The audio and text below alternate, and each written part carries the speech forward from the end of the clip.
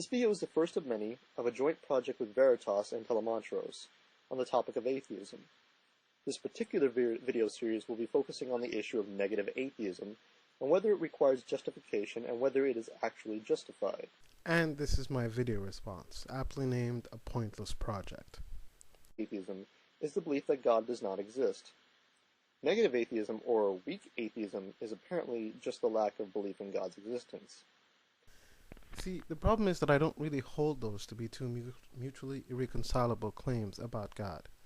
What you refer to as positive atheism is in fact the end point of my starting point, which you call negative atheism.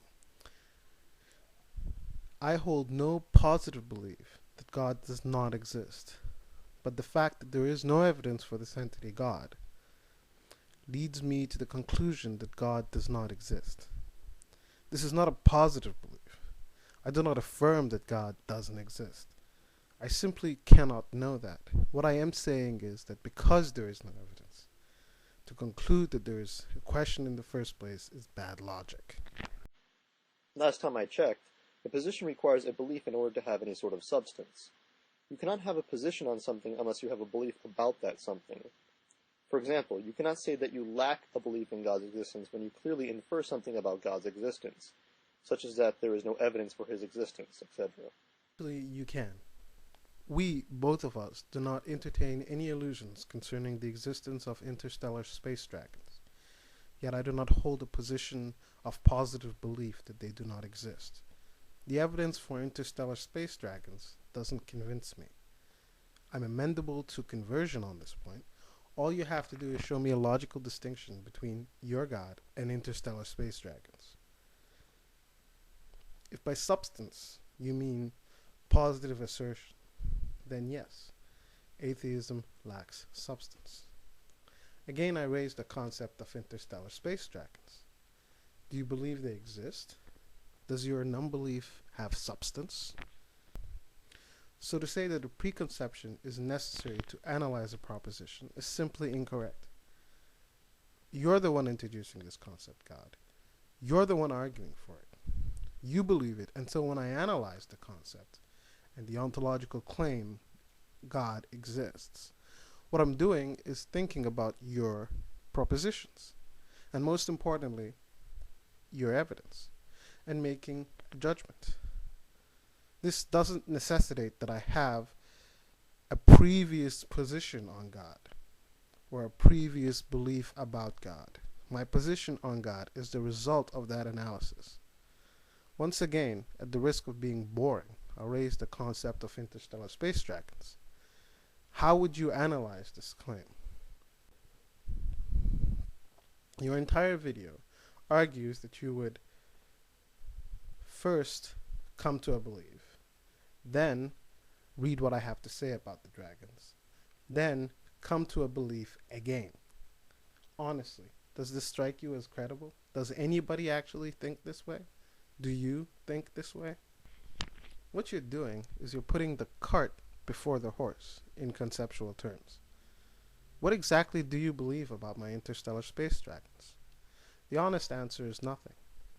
You evaluate my argument and evidence and then come to a belief. I don't have to believe anything about your deity to evaluate the evidence. All I need is your description of your deity, i.e. the proposition which you assert. And from there, I can make a conclusion. I don't need to have a previous belief or some implicit hidden belief in order to analyze facts. Third game that is used for the sake of not having to support one's own position. Now, if I likewise wanted to not support my position, I could say, or I could start redefining theism as a mere lack of belief in metaphysical naturalism. Actually, you can't. You can't claim that theism is a rejection of metaphysical naturalism and then claim that that is a negative belief. The rejection of metaphysical naturalism is itself a positive assertion, very much full of substance, as I defined it earlier, as opposed to being lacking. We can both agree that the natural world exists. If we didn't, we wouldn't have anything to argue about. Everything we see, hear, smell, taste, and touch is part of that natural world. The rejection of metaphysical naturalism is in fact a poorly disguised assertion. It is the positive assertion that there exists something beyond the natural world. Atheism, on the other hand, encounters no such problem, as it has no substance, as I defined substance earlier. It entails no positive assertion of anything, other than the paucity of evidence for the claims of theists. Many have countered by stating that one's reason for belief are not the same as the belief itself, but I disagree. They treat their reasons for belief as though they are separate from the belief, so as to escape this problem. But there is no warrant in this claim. For instance, if you cannot say that the reasons for your rejection are part of your rejection, then what are they? Rationalism. The reasons for my rejection are not part of my rejection, or belief for that matter. My rejection or acceptance of claims is independent of the framework that I use to analyze them. That framework is reason. Now, you may want to dismiss core concepts of reason, like evidence or burden of proof or objectivity, to make your position tenable. You have to. But to discard reason and then argue that you're being reasonable is unreasonable. How is it that the Kalam cosmological argument is part of theism, but nothing is part of atheism? How is it that the teleological argument is part of theism, but nothing is part of atheism? It doesn't make any sense. Because the teleological argument and the Kalam cosmological argument are both theistic positive arguments for the existence of God. The arguments that attempt to use logic and rationalism, and I emphasize attempt, in order to prove that God exists.